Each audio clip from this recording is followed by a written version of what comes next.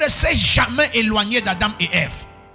C'est Adam et Ève qui ont fui sa présence. La Bible déclare la première raison, beaucoup ne savent pas, pour laquelle Dieu a créé l'homme. Ce n'était pas pour qu'il cultive le jardin, non.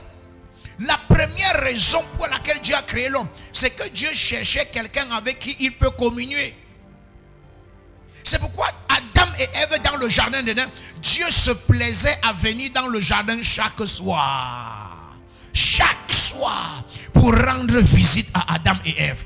Et Dieu se plaît, oh ici ça va être choquant, Dieu se plaît à la communion à une telle dimension que même le jour où Adam va pécher, même le jour où Ève va tomber dans le péché, Dieu ne va pas s'éloigner. Dieu va quand même continuer à venir. J'ai une mauvaise nouvelle à vous annoncer. Dieu ne s'est jamais éloigné d'Adam et Ève.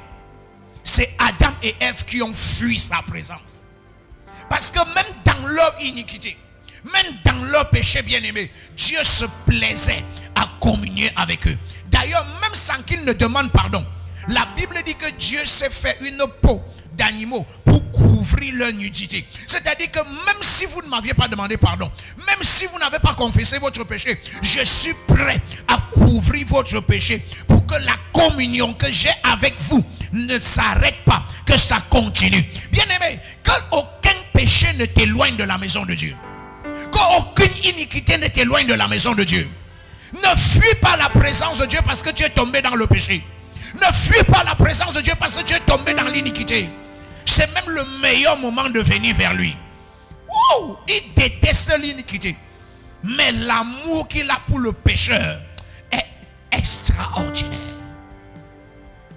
La Bible dit qu'il ne désire pas la mort du pécheur. Mais son seul cri, c'est qu'il se répand et qu'il parvienne à la connaissance de la vérité.